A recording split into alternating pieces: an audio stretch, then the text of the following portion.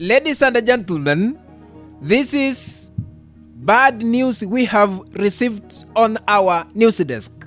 Ruto's administration is in trouble. Finally, IEBC has turned against Ruto's administration. How? As you all know, on the 16th of this month, to be specific on Thursday, we are having a by-election in Ol Kalou.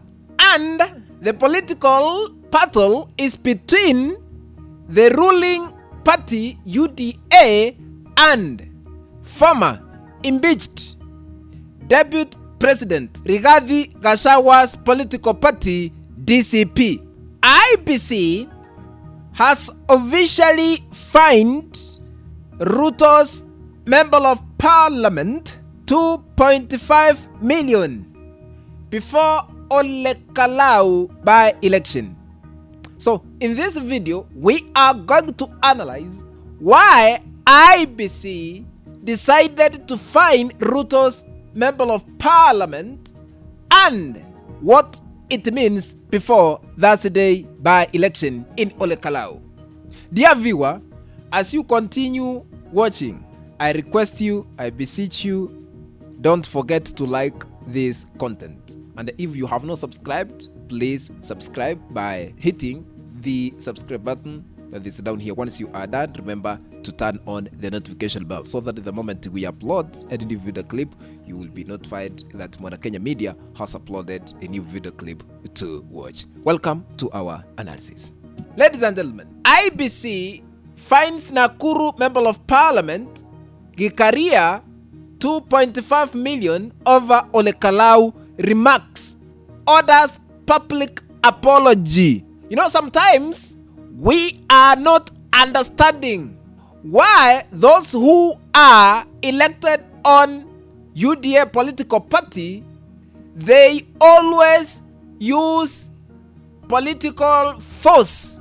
They can decide to do anything as long as they are supporting the government. You know, official Ol Kalou campaigns were closed on Monday before Thursday by-election. The Independent Electoral and Boundaries Commission IEBC has fined Nakuru Town East Member of Parliament David Gikaria 2.5 million for allegedly making inflammatory remarks during the Ol Kalou by-election campaign. Actually, UDA na DCP wamekuwa wakirushiana makombora makali ya kisiasa. Yesterday on Tuesday, when IEBC addressed the media, IEBC Electoral Code of Conduct Enforcement Committee, led by Commissioner Mukwana, ordered the lawmaker who was elected on UDA political party to pay the fine within 48 hours.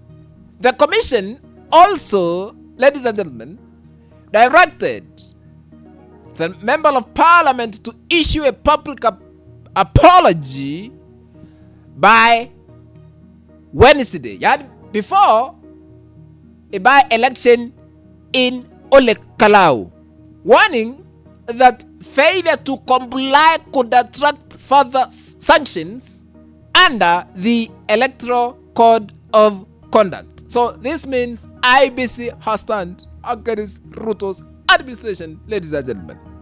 You know, this is where we are. Najua hata ukiwa serikalini, nobody is above the law. The ruling followed Gikaria's repeated failure to appear before the panel despite being summoned several times to respond to complaints over his campaign remarks. You know, sometimes I don't know, even if they say that politics is a dirty game, does it mean you have to abuse somebody in order to win? Those are questions we need to ask ourselves. There is no way you can force people to vote for you. Bring your agendas on the table.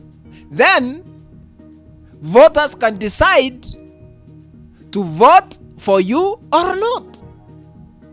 The vocal lawmaker is accused of breaching the Electoral Code of Conduct by allegedly engaging in voter bribery. This is what we have witnessed in Ol Kalou. Voters were given gas cylinders, mattresses, blankets, handouts all over. You know?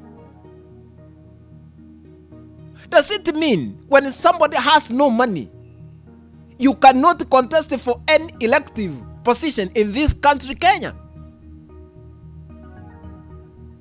That is why sometimes we may end up electing alleged criminals, or rather ending up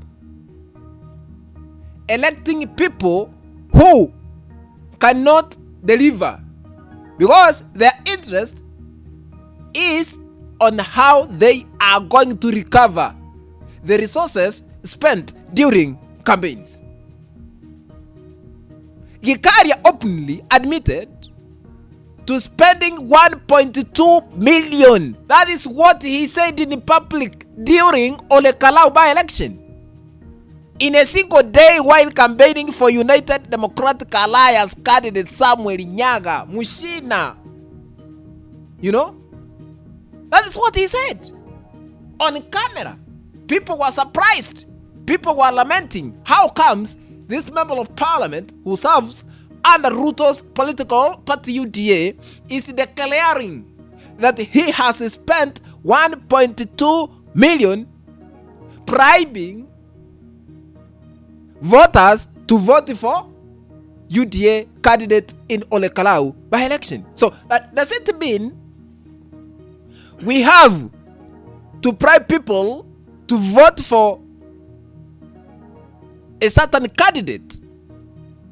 Is this democracy? You know?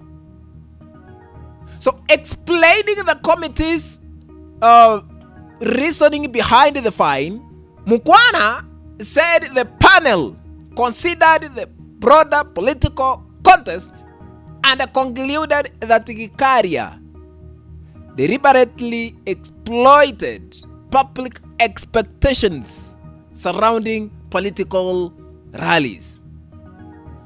Ni sisi tumejiharibia. You know? The committee further noted that it believed the member of parliament, as a seasoned politician, understood the influence such statements could have on voters. So Gikaria's penalty came pari 4 days after the same committee fined Kibibiri member of parliament Wanjiku Muhia 1.5 million over inflammatory remarks she made at a rally in the same constituency. Ladies and gentlemen, we need sanity in politics. So her remarks quickly went viral, attracting backlash from Kenyans, including the political class, which consequently led to her being summoned by the commission. Last week, I think we had discussed this, so I don't want to repeat myself. At the same time, the IEBC Electoral Code of Conduct Enforcement Committee ordered Muhia to issue a public apology and warned that failure to comply with its directives, ladies and gentlemen, could see her barred from participating in future elections. You know, I heard her saying that she stands for 3 words. 1, the person who is going to win Ol Kalou parliamentary position on Thursday is none other than DCP candidate Sami Ngotho. The second word she said, only Ol Kalou registered voters will be allowed to vote. If they detect any movement, maybe mtu atoke nje ya Ol Kalou, public participation must be conducted before that person is allowed to vote. The third word she said UDA has no ground in Ol Kalou and Mlima Kenya in general. What do you think, ladies and gentlemen? Let's meet in the next video. But if you have not subscribed to this channel, I request you to subscribe by smashing the subscribe button that is down here. Once you are done, remember to turn on the notification bell so that the moment we upload a new video clip, you will be notified that Mwana Kenya Media has uploaded a new video clip to watch. Remember to share our content always to other WhatsApp groups and on Facebook. That is the only way we can continue building this channel of ours, Mwana Kenya Media. Let's meet in the next video. Bye-bye.